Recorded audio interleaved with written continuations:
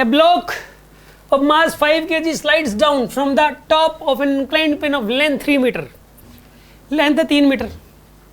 ये smooth surface है 1 metre का, ये रफ सरफेस है 2 मीटर का, ये वाला एंगल है 30 डिग्री जी, ठीक है। The first 1 metre of the plane is smooth and 2 metre is rough. The block is release from the rest and again comes to rest at the bottom. दोबारा bottom पे किसमें आ जाता है ये, रेस्ट में। If the plane is inclined at 30 degree with the horizontal, find the coefficient of friction on the rough portion। coefficient of friction बताना है कितना हो जाएगा इसके ऊपर। यहाँ पे म्यू की वैल्यू बताइए। देखो यहाँ तक आते आते क्या आ जाएगी, इसमें एक स्पीड आ जाएगी, ये स्पीड आ गई, और यहाँ पे घटते घटते स्पीड क्या हो जाएगी इसकी।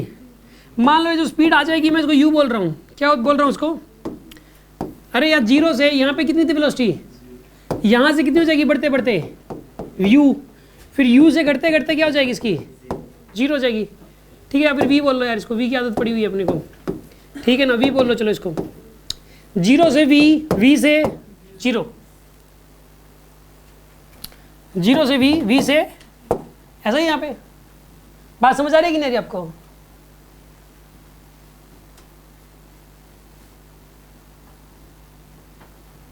इस क्वेश्चन को करने का एक आसान तरीका मेरे माइंड में आ रहा है तुरंत करने का।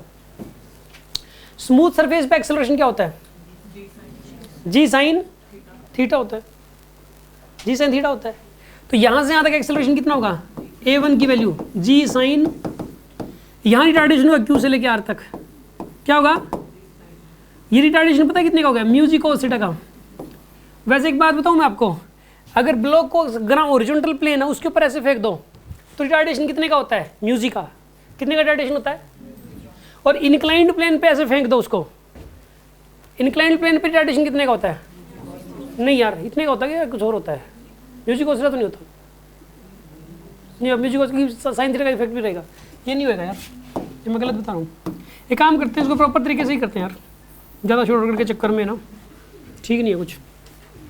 यहाँ से यहाँ तक थर्ड इक्वेशन लगा दो आप, नहीं सेकंड, हाँ थर्ड लगा दो आप, क्योंकि फाइनल यहाँ वाली वेलोसिटी बतानी है मेरे को, P से Q तक।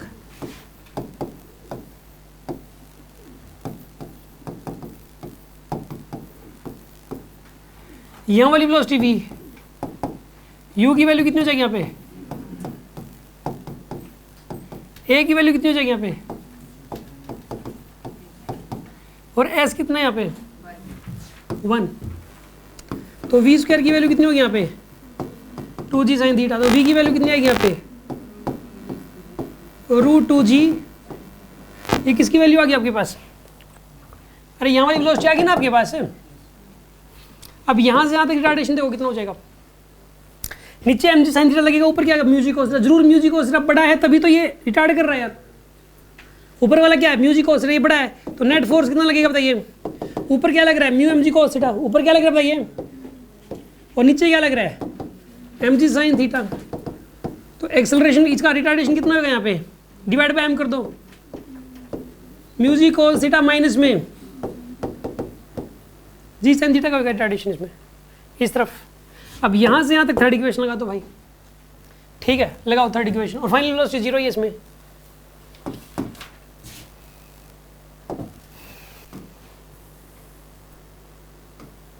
थर्ड इक्वेशन लगाओ, Q से लेके R तक, v square is equals to final velocity क्या लिखोगे 0। यहाँ वाली वेलोसिटी कितनी हो जाएगी बताइए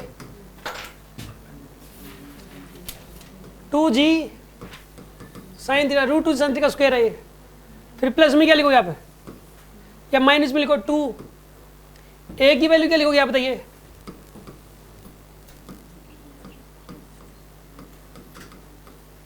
इंटू एस की वैल्यू क्या लिखोगे यहाँ पे 2 मीटर, ठीक है जी। इसको इधर ले जाओ यार, तो माइनस माइनस प्लस हो जाएगा, 2g sine theta equal to 2 से क्या हो जाएगा 4 म्यूजिक कोस थीटा माइनस में जी साइन थीटा। थीटा इसने दे रखा 30 डिग्री, वैसे भी साइन 30 कितना होता है 1/2, 1/2 तो 2 से 2 कैंसिल, 10 बचेगा ना, ये जी से जी कैंसिल करते क्या, चलो जी से जी खत्म कर देते हैं भाई, 2 और 2 1 आ जाएगा, तो फिर जी से जी खत्म करना है। तो ये 4 म्यू कितना दे रखा है, म्यू तो पूछ रखा है, 4 म्यू cos 30 कितना हो जाएगा, माइनस में sin 30 कितना हो जाएगा 1/2, और ये 4 भी तो है। अब देखो, अब ऐसा करो, इसको दूसरे कलर से कर लेते हैं। ये 1 is equal to 2√3 mu, minus में क्या बनेगा, ये 2 को इधर ले जाओ, 3 इक्वल टू 2√3 म्यू। तो म्यू की वैल्यू कितनी आएगी बताइए यहाँ पे, म्यू की वैल्यू बनेगी 3 डिवाइड बाई 2√3, कितना बनेगा यहाँ पे, म्यू की वैल्यू √3/2 आ गई। ये आंसर करेक्ट है। समझ में आया कि नहीं आया आपको, कोई डाउट है किसी के मन में?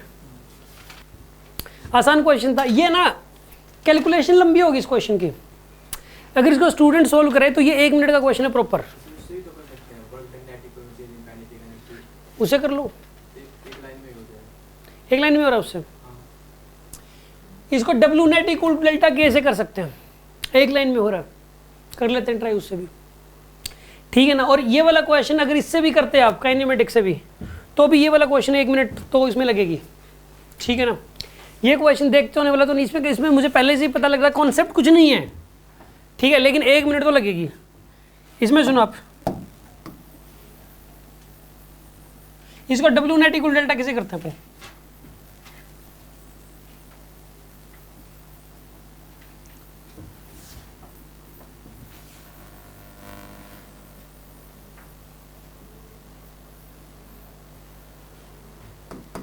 करो आप, W net is equals to delta K, क्या करोगे, work done by M G plus work done by friction, बस 2 ही है यार, या तो कुछ और लग रहा है क्या, ये 2 ही लग रहे हैं ना। इसी को चेंज करने की energy 0, work done by M G क्या हो जाएगा, एम जी कितना है इसका 5 kg है, चलो एम जी कैंसिल हो जाएगा बाद में, एम जी तो फोर्स लगता रहा नीचे, तो ये वर्टिकल डिस्प्लेसमेंट कितनी हो जाएगी, ये 3 cos 30 है 3 sin 30, तो 3/2 हो जाएगा work done by M G. तो वर्क डन बाई फ्रिक्शन, यहाँ से यहाँ तक तो कोई वर्क हुआ नहीं, यहाँ से यहाँ तक वर्क डन क्या हो जाएगा बताइए, माइनस का mu M G, minus mu M G into में हॉरिजॉन्टल शिफ्ट, हॉरिजॉन्टल शिफ्ट कितनी हो जाएगी यहाँ पे 2 cos 30 के बराबर, 2 cos 30 कितना होता है 2 into √3/2 is equals to 0। Solve करिए, एक लाइन बन गई बस। एक काम करो, एम जी से डिवाइड कर दो पूरी इक्वेशन को, 3/2 माइनस में क्या लिखोगे बताइए, 2 से 2 कैंसिल, क्या बनेगा बताइए, √3 म्यू बनेगा ना इसमें क्या बनेगा √3 म्यू इज इक्वल्स टू, तो √3 म्यू की वैल्यू कितनी आएगी यहाँ पे 3/2, तो म्यू की वैल्यू कितनी आएगी यहाँ पे √3/2, हो गया भैया, कितना आसान हो गया ये। मतलब इससे ये पता लगता है कि अगर इंक्लाइन प्लेन का क्वेश्चन आ जाए, एक जगह स्मूथ एक जगह रफ इस टाइप का हो, तो डब्ल्यू नेट इक्वल डेल्टा कैसे कर लिया करो,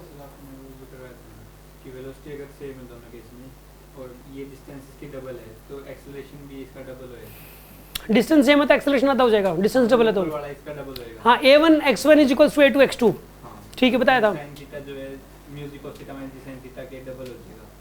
हाँ बिल्कुल, मैं उससे भी सोच रहा था, उसमें एक्सेलरेशन तो आपको निकालना ही पड़ेगा फिर पहले, मतलब m g mu M g cos theta minus में m g sine theta divide by m, ये तो हो जाएगा एक्सेलरेशन, और ये जी साइन थीटा के हाफ के बराबर हो जाएगा, बिल्कुल ऐसा कर सकते हो। मैंने आपको ये बताया था, ये देखो ये वाली मोशन और ये वाली मोशन आइडेंटिकल है, ये रेस्ट टू रेस्ट मोशन है, रेस्ट से वेलोसिटी v, फिर v से 0 हुई, पहले 0 से v, फिर v से 0 हुई, ऐसा जब क्वेश्चन होता है, चाहे वो ग्राउंड पे हो चाहे इंक्लाइंड प्लेन पे हो, तो ऐसे केस में a1 t1 इक्वल्स टू क्या होता है a2 t2, और a1 s1 equals to a2 s2 है, तो ये डिस्टेंस अगर डबल है इससे, तो एक्सेलरेशन आधा हो जाएगा इस इक्वेशन के अकॉर्डिंग, ठीक है ना। अगर डिस्टेंस डबल तो एक्सेलरेशन आधा, तो यहाँ से यहाँ तक एक्सेलरेशन निकाल लो, यहाँ से यहाँ तक एक्सेलरेशन है mu M g cos theta minus में g sine theta m g sine theta, हाँ m g sine theta divide by में एम, ये तो एक्सेलरेशन आ गया, और ये जी साइन थीटा बाई 2 के बराबर हो जाएगा, जी साइन थीटा बाई 2, एक इससे भी हो जाएगा क्वेश्चन सॉल्व। कई सारे तरीके पता लग गए इसके, सबसे आसान तरीका ये वाला है, दूसरे नंबर पे ये वाला है, और तीसरे नंबर पे जो है वो बताया ही था, वो सबसे लंबा तरीका है वैसे, 1 मिनट जिस पे लगी थी। और माइंड पे आने पे बात होती है, क्वेश्चन की जितनी प्रैक्टिस कर रखी हो, अगर आपको DPPs के क्वेश्चंस, टेस्ट के क्वेश्चन अगर आते हो सारे, तो फिर अब आप फिर ये सोचने की ज़रूरत है टाइम को मिनिमाइज़ कैसे किया जाए। बस असली प्रैक्टिस ये दिमाग लगाना, टाइम को मिनिमाइज़ कैसे करें हम।